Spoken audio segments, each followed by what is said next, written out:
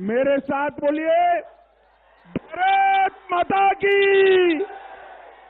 अरे अंत तक बोलिए, एक केसीआर सरकार बदलनी है ना? जोर से बोलिए, बदलनी है ना?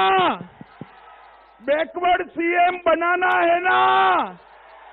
तो मेरे साथ दोनों हाथ उठाइए, उठाइए दोनों हाथ, विजय के संकल्प की मुट्ठी भींचिए और प्रचंड आवाज से बोलिए, भारत माता की, भारत माता की, भारत माता की।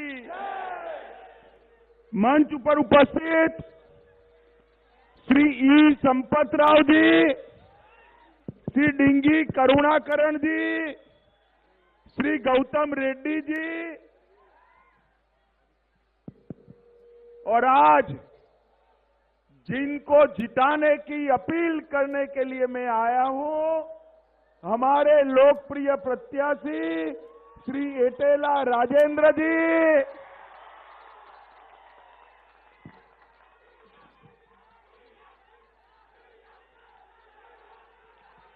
और आज सुनिए सुनिए सुनिए, और आज इतनी विराट सभा में आए हुए मेरे प्यारे भाइयों, बहनों, माताओं और मेरे जिगर के टुकड़े जैसे युवा मित्रों, आप सभी को नमस्कार। मित्रों, मैं सबसे पहले प्रतिमेगी आंजनेय स्वामी मंदिर में और हनुमान मंदिर में स्थित देवी देवताओं को प्रणाम कर मेरी बात की शुरुआत करना चाहता हूं। थोड़ा ट्रांसलेशन करना पड़ेगा, चलेगा? भाइयों और बहनों, मुझे बताओ, 30 तारीख को केसीआर की सरकार बदलनी है ना? जोर से बोलो, बदलनी है ना? केसीआर की सरकार बदलने के लिए कमल के निशान पर बटन दबाना है। दबाएंगे? जोर से बोलो, दबाएंगे? मित्रों, मैं आज कहना चाहता हूं, कांग्रेस पार्टी को वोट मतलब परिवार का सीएम, केसीआर को वोट परिवार का सीएम, बीजेपी को वोट मतलब बैकवर्ड क्लास का सीएम।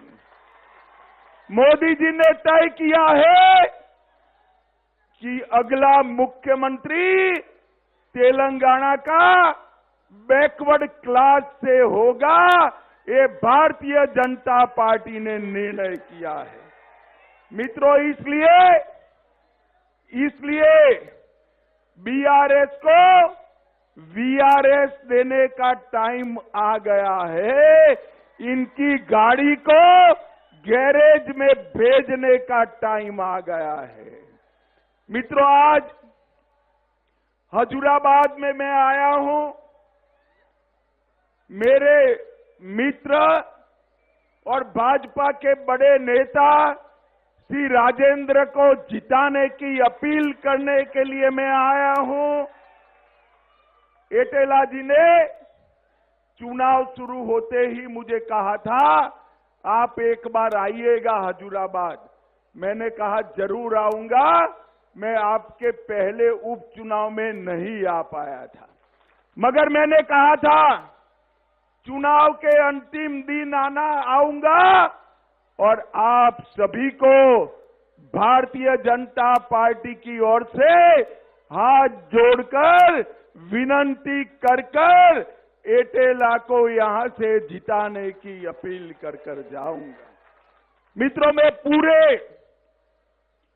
पूरे तेलंगाना में घूमकर आया हूं। सब जगह इसी प्रकार का उत्साह का वातावरण है। इसी प्रकार का तेलंगाना सरकार के खिलाफ रोष का वातावरण है। कोई नहीं चाहता कि केसीआर की सरकार बने। मुझे भी मालूम है यहां पर राजेंद्र जी जीतने ही वाले हैं। मुझे मालूम है आप जिता दोगे, परंतु मैं हजूराबाद आया हूं ये कहने कि राजेंद्र जी की जीत का मार्जिन इतना बड़ा हो कि केसीआर को संदेश चला जाए। क्या गुना था राजेंद्र जी का? भ्रष्टाचार का विरोध किया, इसलिए केसीआर ने उनको विक्टिम बनाया। परिवारवाद का विरोध किया, इसलिए उनको विक्टिम बनाया। मैं कहना चाहता हूं, इनको इतने बड़े मार्जिन से जिताइए कि पूरे देश में, सिर्फ तेलंगाना नहीं, पूरे देश के अंदर परिवारवाद करने से सब लोग डरे, ऐसा संदेश हजूराबाद वालों ने देना है। राजेंद्र जी को विधानसभा में हजूराबाद के विकास के लिए भेजना है, पूरे तेलंगाना के विकास के लिए भेजना है और तेलंगाना को भ्रष्टाचार मुक्त बनाने के लिए भेजना है। भाई और बहनों, मैं आज कहने आया हूं, कांग्रेस और टीआरएस के बीच में एक डील हुई है। डील कांग्रेस ने तय किया है कि यहां टीआरएस के नेता केसीआर को मुख्यमंत्री बनने देना और केसीआर राहुल बाबा को प्रधानमंत्री बनने के लिए मदद करेंगे। मैं कहने आया हूं, राहुल बाबा को क्या प्रधानमंत्री बनाओगे? प्रधानमंत्री का पद खाली नहीं है। 24 में प्रधानमंत्री तो नरेंद्र मोदी जी बनने वाले हैं। तेलंगाना की जनता ने जितनी भी बार कांग्रेस के एमएलए जिताए, सारे के सारे केसीआर की पार्टी में चले गए। कांग्रेस को वोट का मतलब है बीआरएस को वोट, कांग्रेस का वोट का मतलब है भ्रष्टाचार को वोट। और कांग्रेस, बीआरएस और ओवैसी की पार्टी तीनों परिवारवादी पार्टी है। तीनों पार्टियां करप्शन में भरोसा करने वाली पार्टी है। ये तीनों पार्टी को वोट मतलब भ्रष्टाचार को वोट, और तीनों पार्टियां माइनॉरिटी अपीसमेंट करने वाली पार्टियां हैं। इनको वोट मतलब रजाकार थियोरी को वोट। भाई और बहनों, मुझे बताओ, हैदराबाद विमोचन दिन मनाना चाहिए या नहीं मनाना चाहिए?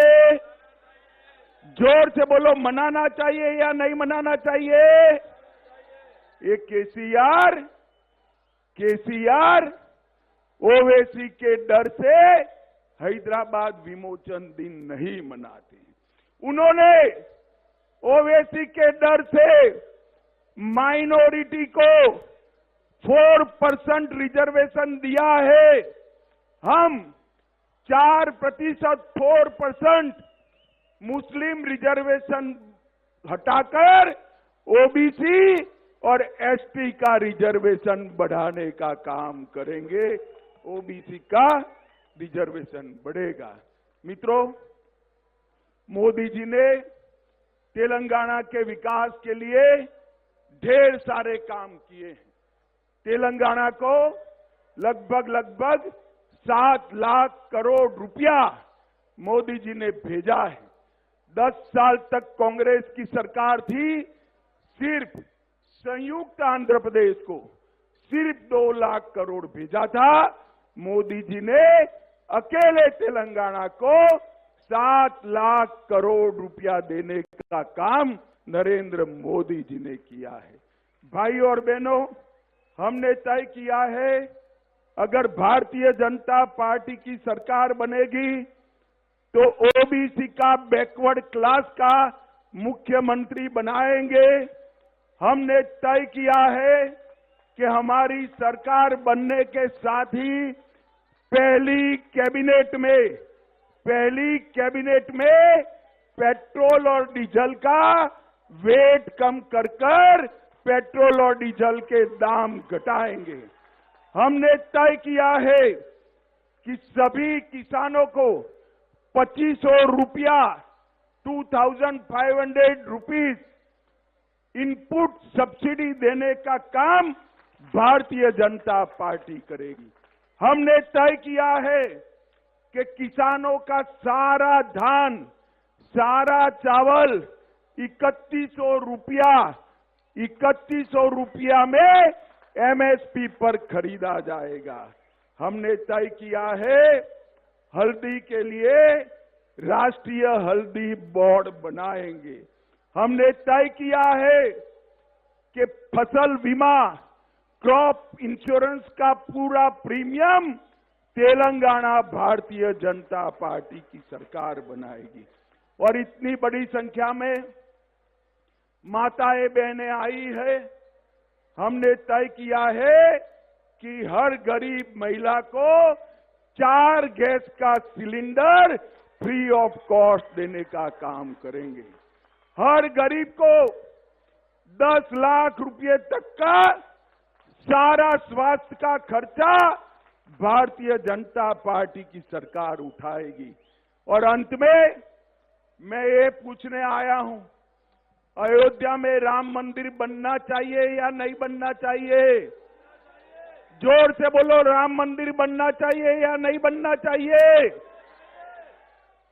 आप राम मंदिर का दर्शन करना चाहते हो? जोर से बोलो, अयोध्या में राम मंदिर का दर्शन करना चाहते हैं?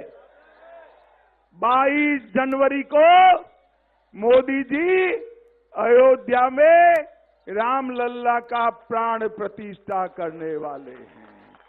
और हमने तय किया है पूरे तेलंगाना में जिसको भी राम मंदिर का दर्शन करना है उसको बारी बारी सरकार के द्वारा फ्री ऑफ कॉस्ट अयोध्या जाने की व्यवस्था भारतीय जनता पार्टी करेगी।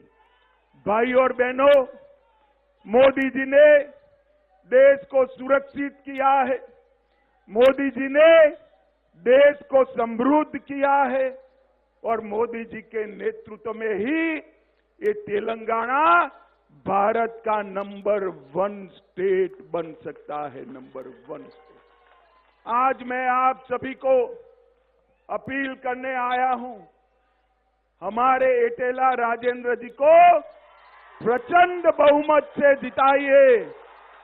ऐसा बहुमत होना चाहिए अगली बार केसीआर को हजूराबाद में प्रत्याशी न मिले, अभ्यर्थी न मिले, ऐसा बहुमत होना चाहिए। मुझे बताओ, कमल के निशान पर बटन दबाओगे? जोर से बोलो, दबाओगे? भाजपा को जिताओगे? एटेला जी को जिताओगे? और 24 में मोदी जी को प्रधानमंत्री बनाओगे? तो मेरे साथ जोर से बोलिए, भारत माता की।